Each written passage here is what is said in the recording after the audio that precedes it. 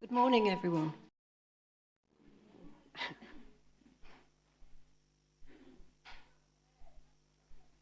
The first reading today is taken from Genesis, chapter 13, verses 10 to 18, from the NIV Bible.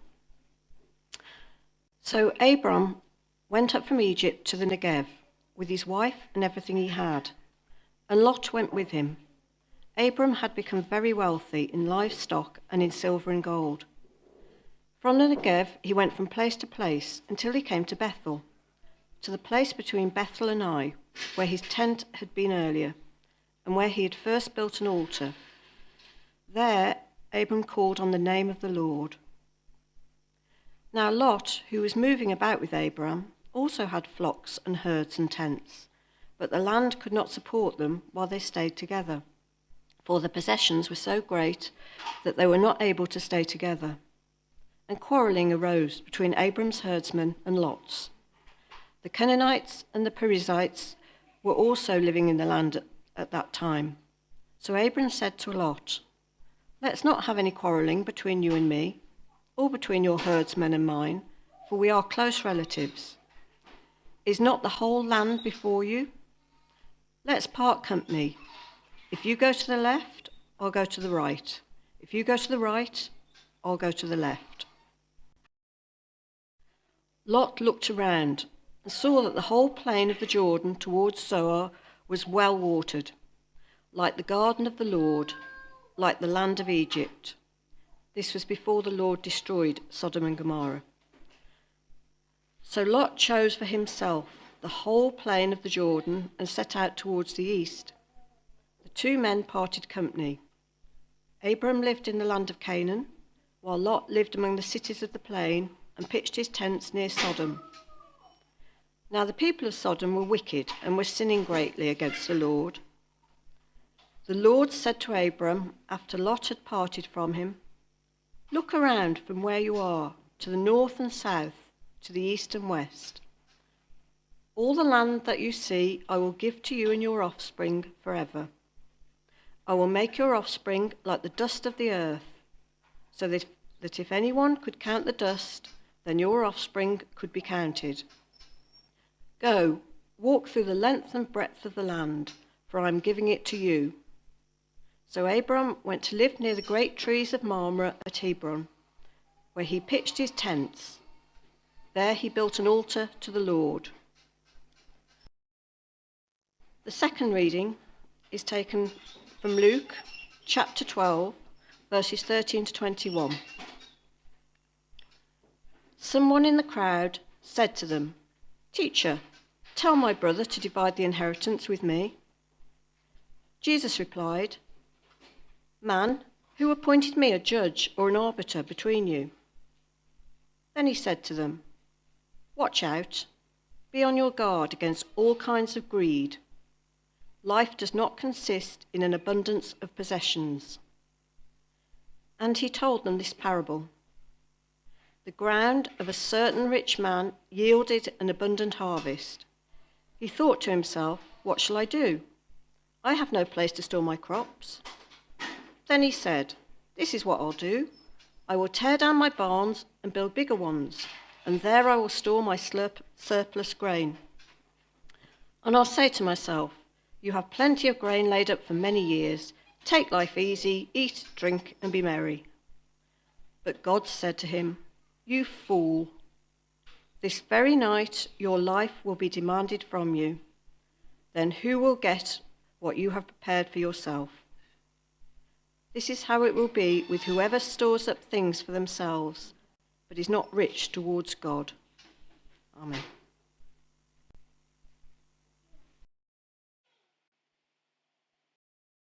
So I'll explain that in a minute, by the way. The God who cares, the God who cares through the life of Abraham. And we started off by looking at the fact that the God who cares takes risks with human beings by, well, involving us in his plan.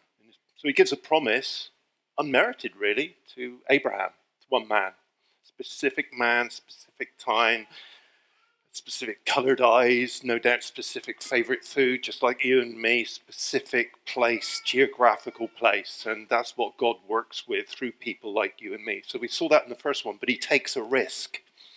And he gives a promise. And we saw last week how the promise is distorted when we lack faith and go faithless. And that's the story of Abraham going down into Egypt, a whole load of biblical imagery being built up there, and the first encounter with empire. And the whole of the Bible from then on really is about human beings and encounter with empire, and the theme we'll look today. So first encounter with Pharaoh. Remember the story? Abraham thought he was going to get killed, so asked his wife Sarai to actually say it was his sister.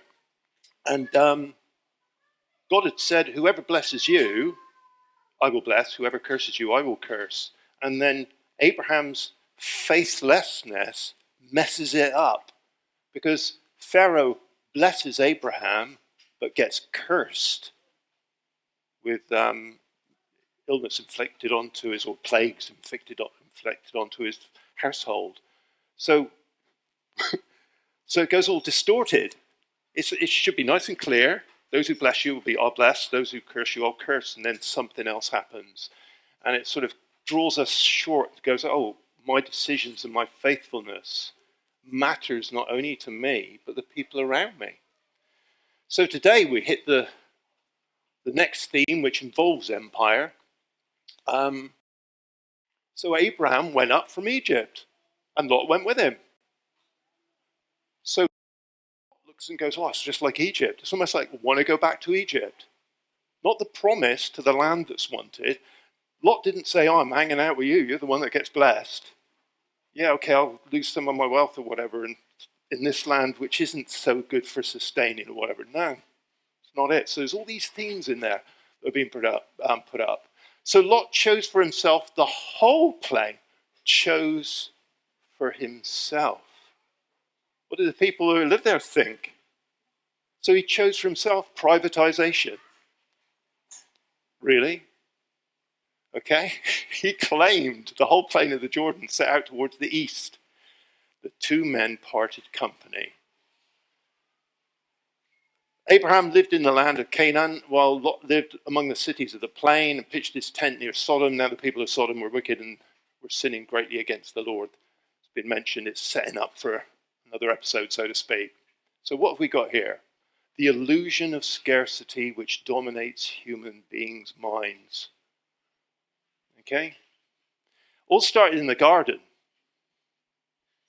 Convinced the humans felt that there was something that they could acquire that they didn't have, so it would be better.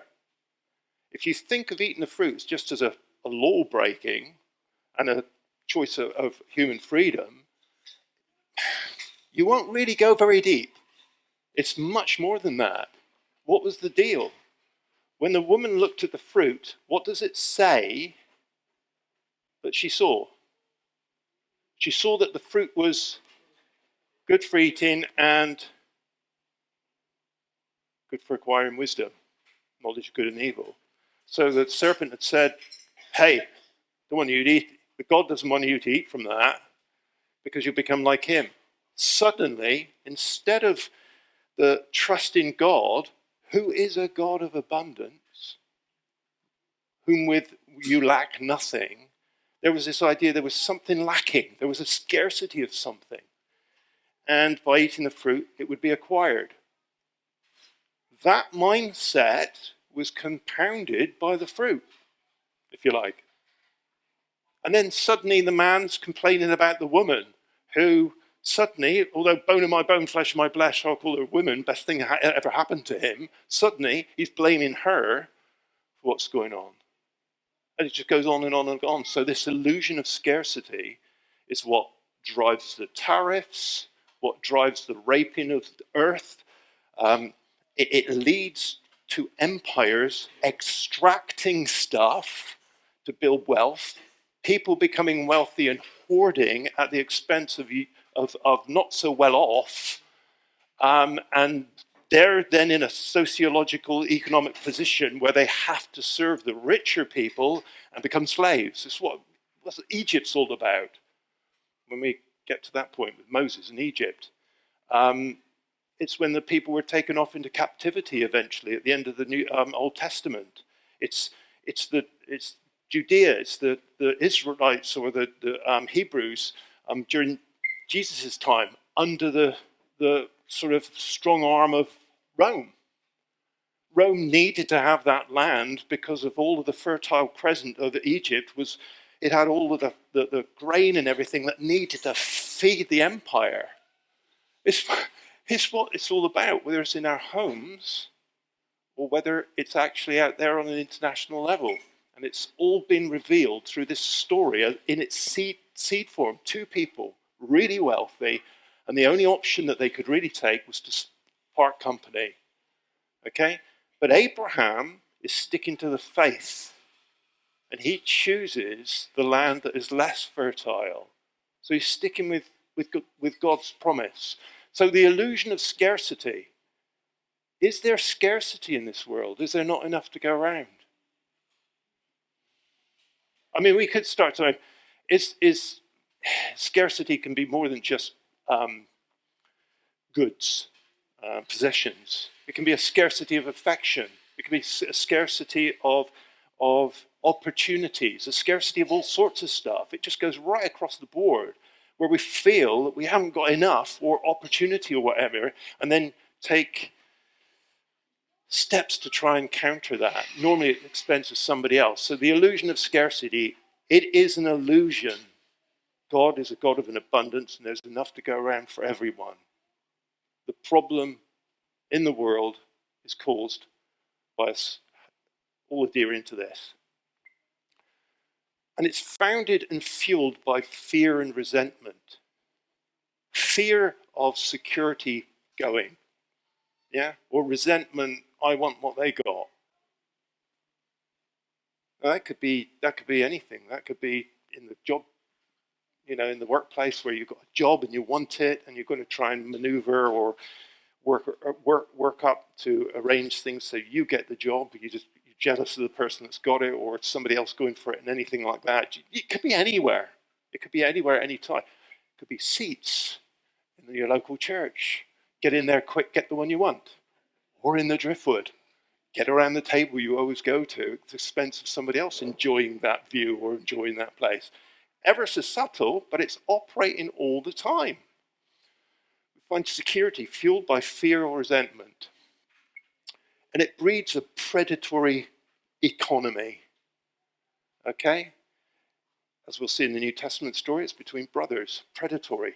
Tell him to share the inheritance. Okay? In terms of empire, super predatory.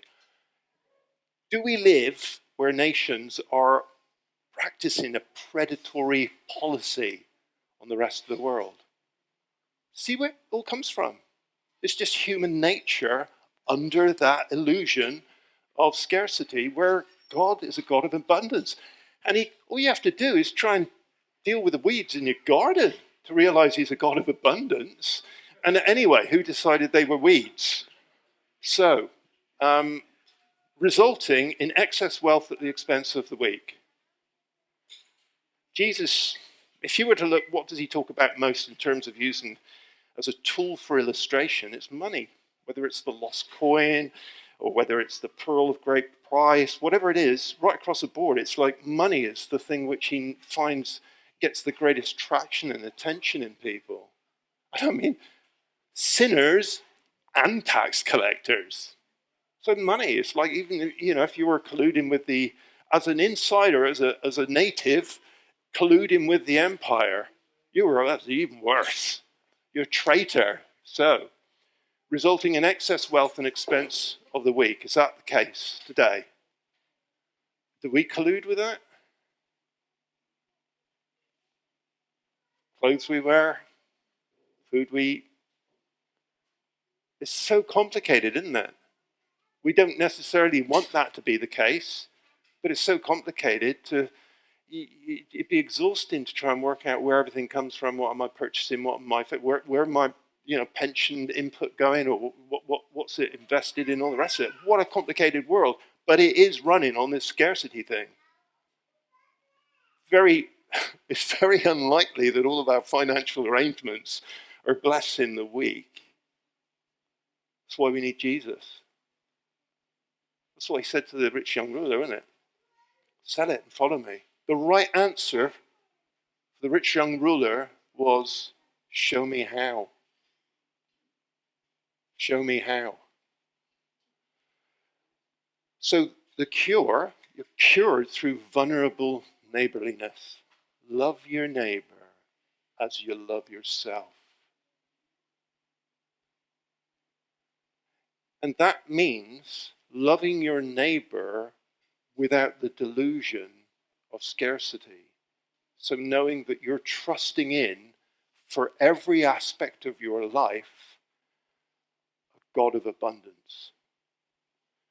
If you're running out of wine at your party, you can have more than you can cope with, better than you've ever drunk with the Lord. Yeah? Abundance, absolute abundance. And there's one verse that I want to finish with, which is just the one that gets me every time. So cured through vulnerable neighborliness. That's vulnerable means you're not using it as a strategy for your own end. It's unconditional neighborliness. And if you look through the law and the Old Testament, the real deal was that you look after the alien in your midst. And we'll come across that. And of course, the great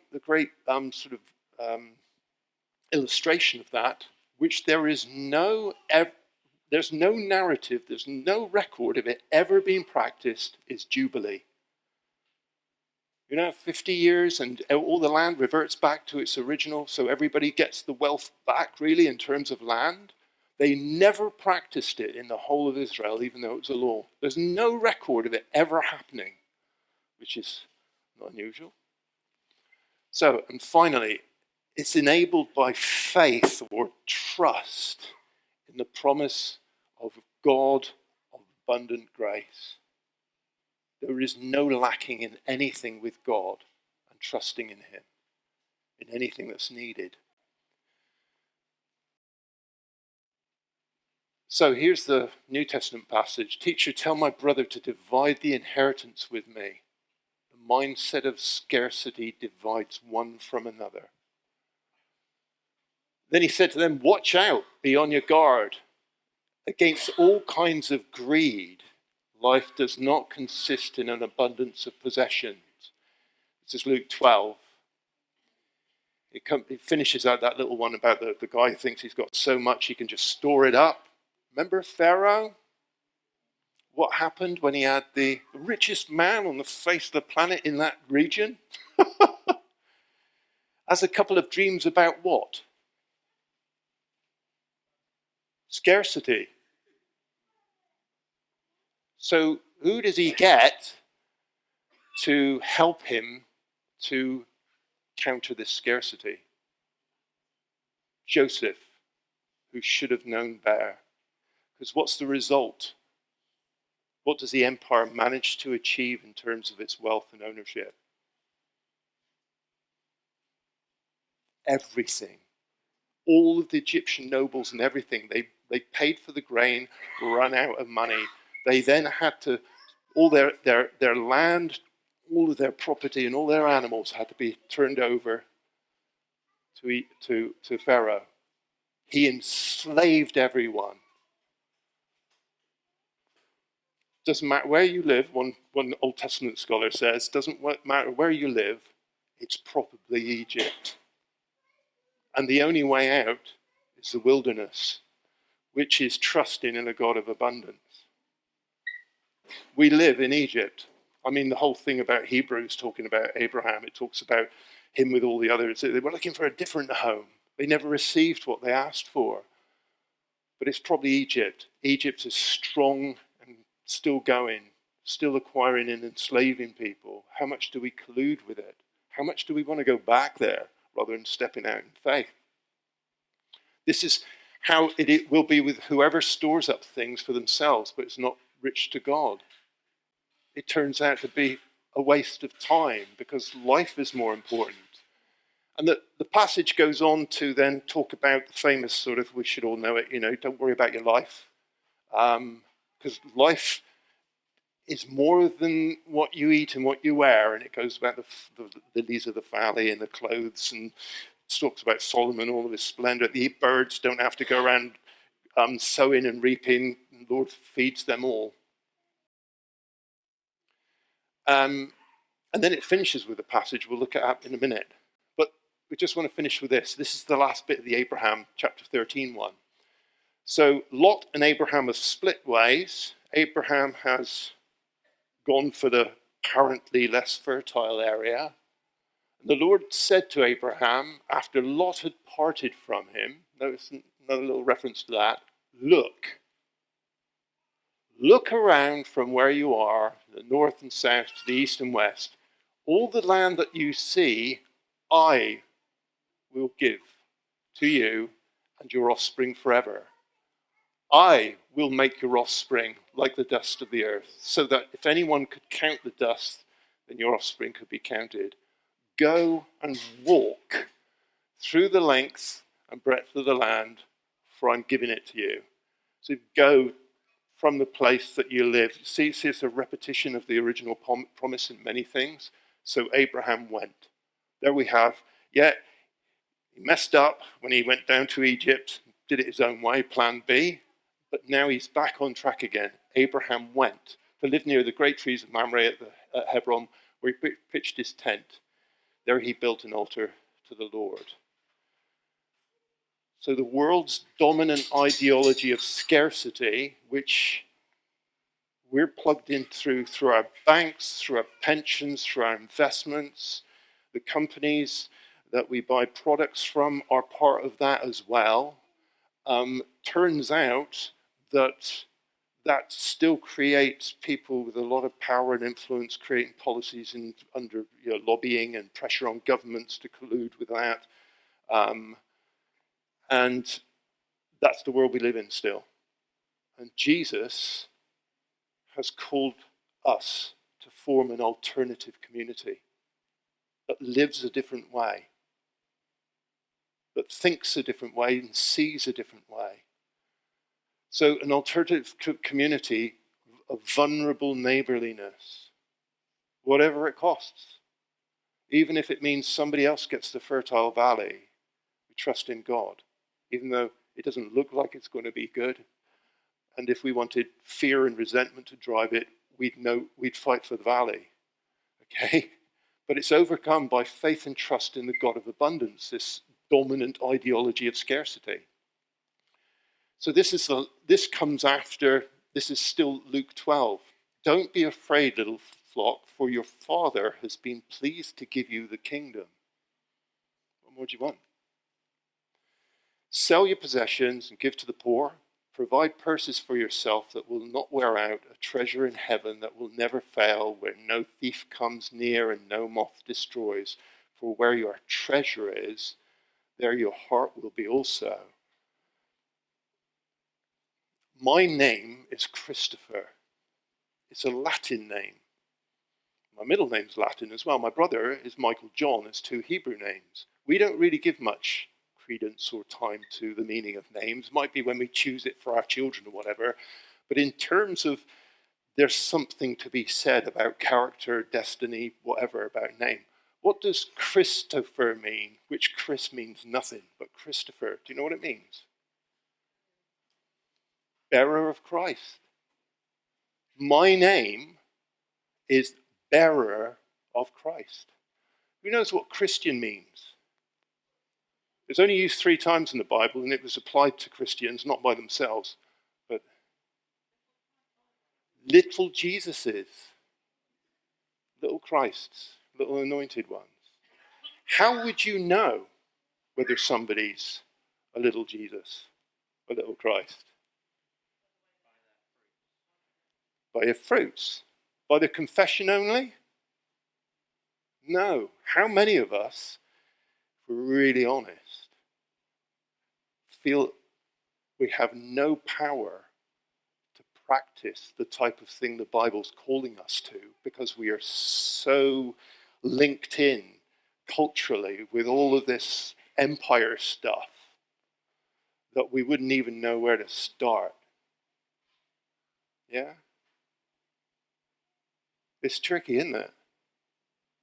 Where's your pension invested, etc., etc.? What are you supporting that if you knew you were in no way, and then have all of the trouble of having to withdraw whatever funds or whatever? But what about just our neighbourliness within our streets, within our town? Neighbourliness towards Waffle. See, Waffle exists for this. People who are lonely, people who need just good neighbourliness. It's going straight back to the garden, if you like, in its principles, and helping people who are suffering from that, from this scarcity idea, to actually hear a different message and see it in practice in the orbit of the people who work there that proclaim Christ. People come to faith and been baptized through it. Where your treasure is, there your heart will be also. You cannot faithfully follow Christ without it being front and center of what you do. You can't slap Jesus onto the side of a normal, conventional life and just veer over there when you need him. he's messing up the blessing and curses. When you step out against all logic of the world, that's where the blessings come from. So this is the verse that gets me every time. It's in Romans. What then shall we say, Paul says, in the response to these things, and they're good things. If you say, I only got time to memorize one chapter in the whole of the Bible, Romans 8 is a good one. Romans 8. If God is for us, who can be against us? He who did not spare his own son, but gave him up for us all, how will he not also, along with him, graciously give us all things? If God has not withheld that which is most valuable by giving it up, everything else is of less value, is ours as well. But everybody's. I could name some world leaders. It's true for them.